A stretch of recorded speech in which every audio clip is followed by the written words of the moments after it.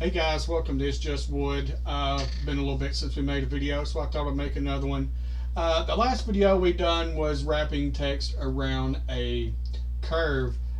We imported something in that video, and I thought I'd do another video on how to import different things, JPEGs, GIFs, bitmaps, and stuff like that, even up into other things as well. But what we're going to focus on today is going to be JPEGs, GIFs, and we'll do a DXF as well.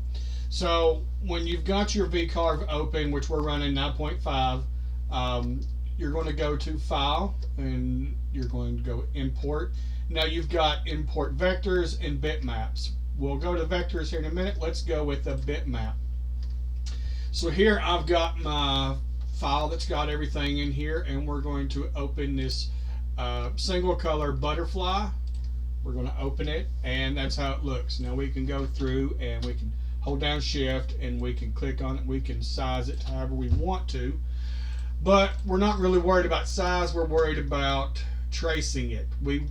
Tracing is basically going to be turning this bitmap, JPEG, or whatever you're importing into a image to be used, which is what is called a vector. So we need to make sure that's clicked, and you want to go to this one right here, trace bitmap. Looks like a little bird. So you want to click on it. So you've got two options. You've got color and you've got black and white. So we're going to stick with black and white because this is a black and white image. Now you can work on, you can change how it confines to the curves. You can change your noise, your fading and stuff.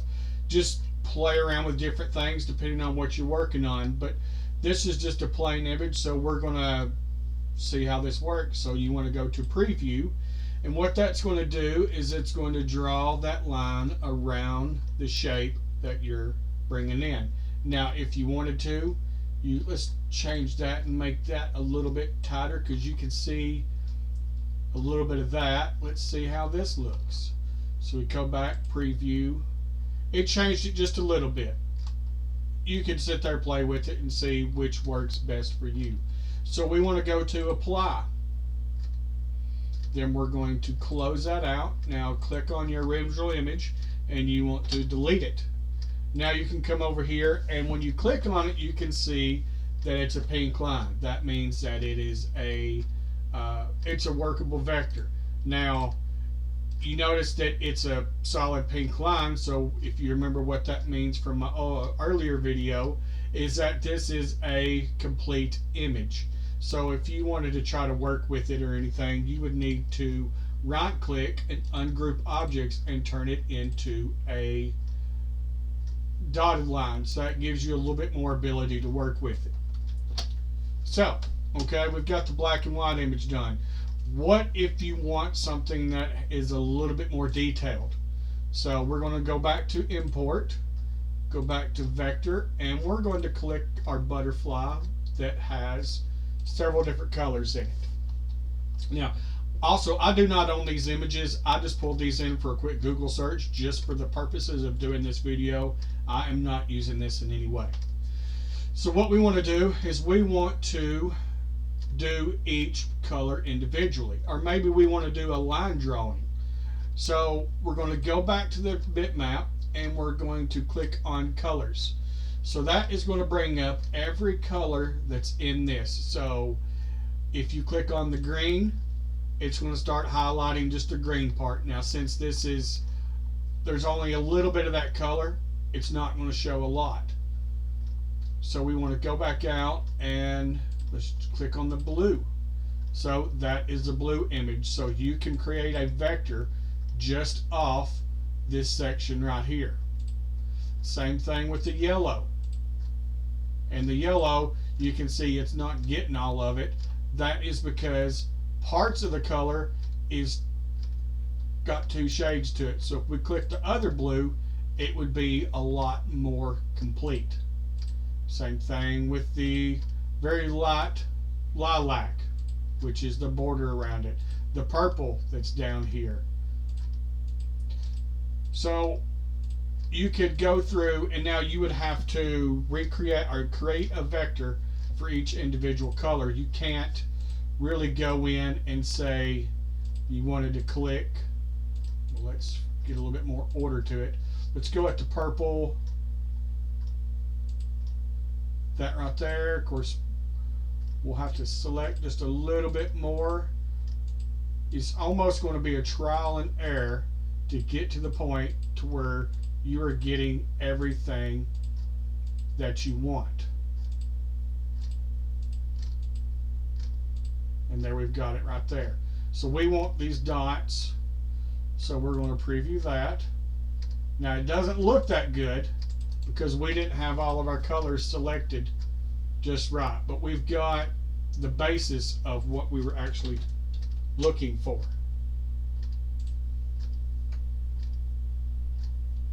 Go back and select our image. So if we want, let's go ahead and let's delete that and go back to our base image. So we have that, and if we just want to try to do a line drawing, you just want to go through and try to select as much of the line drawing as you possibly can.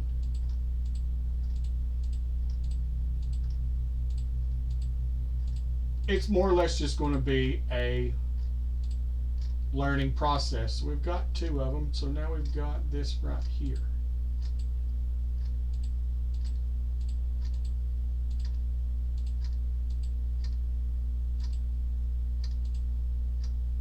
That should be pretty good. So let's try, preview that, apply, close that out, and let's go through. So we've got the basis of it. There's a lot of cleanup that could be done, which we could do in our node editing mode.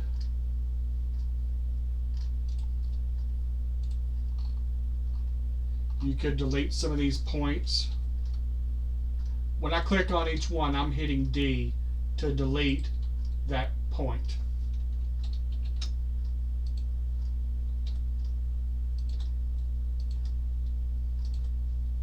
So that would just allow us to have a little bit more control. We could also go in, we could take this one, we could actually,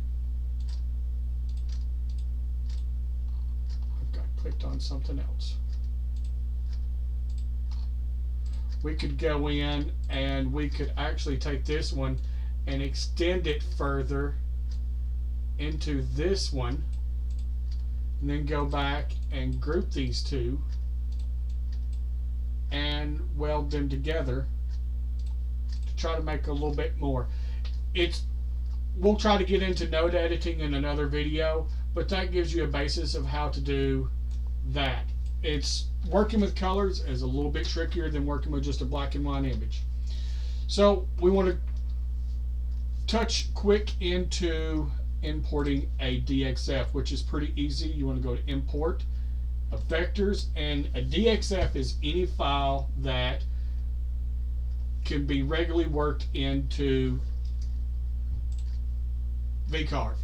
So we're going to open this DXF, and this is the same butterfly that we had earlier. Let's center it out. Now the difference is when you import that is that you can take this image and you can go straight in and you can go ahead and work straight with this. You don't have to do anything any different. The antennas were a little bit too thin for our end mill that we had, so we would have to put a smaller one in. But other than that, it's pretty simple to do. Now, if you're building things that you're going to run on your laser machine, you would want to go in and export it as a DXF. That is what my laser has, a Rowita controller, and I use DXFs for everything. So if I've got something that I want to import straight in there, then all I would have to do is export a DXF, and since I've already got a butterfly, I'm not going to save it, but that would let me go ahead and give a usable working file to put in my laser controller to engrave. Now another thing is, if depending on what type of laser you have and how it is set up, some of them are set up to be run straight on inches. When you, like for me, when I'm importing in RDWorks, if the program is set up for millimeters, then you will have to change what you are importing, the program you're designing in, import it or change it to millimeters instead of inches, or else your image is just going to be extremely small. So just to do that, which we've got this set up as a 12 by 12, if you want to change this to, let's say on inches, this is 10.16 by 7.6. So if you wanted to change that to millimeters, all you got to do is click on millimeters at the job setup screen, click OK. If you have any toolpaths or anything that are already created, which we do, but we're not going to worry about those, so we're just going to click no. So now when you click on it, it's 258 by 194. If we went through and imported it straight as inches into a millimeter program, then this is going to show up as 10.16 millimeters instead of 10.16 inches. So that was a problem I had when I first started using it, is converting everything from inches to millimeters and then millimeters back to inches. But when you're looking at it, when you do it long enough, you start to get used to it. But like if you're using RDWorks, you can set it up when you first install the program to work off of inches. Now the machine is still going to use millimeters, but the computer will make that calculation, sending it to the laser machine versus you having to sit there and do each one. But if you do want to do it that way, if you want to leave one as inches and one in millimeters, that's fine. There's an app you can download for your Android phone, and I'm sure it's on iPhone as well, that you can type inches in and it converts it to millimeters, or vice versa, so you don't have to sit there and try to pull up Google and figure that out each time. Other than that, when you're using the tracing function, a lot of it's just going to wind up being a learning process. This is the basis of it. Once you actually get into it and start using it a lot more, it will start being a lot easier for you. But hey, if y'all have any questions, don't hesitate to drop them below and I will try to answer them. And please don't forget to like and subscribe to my page so you can try to keep up with any videos that I make in the future. Thank you.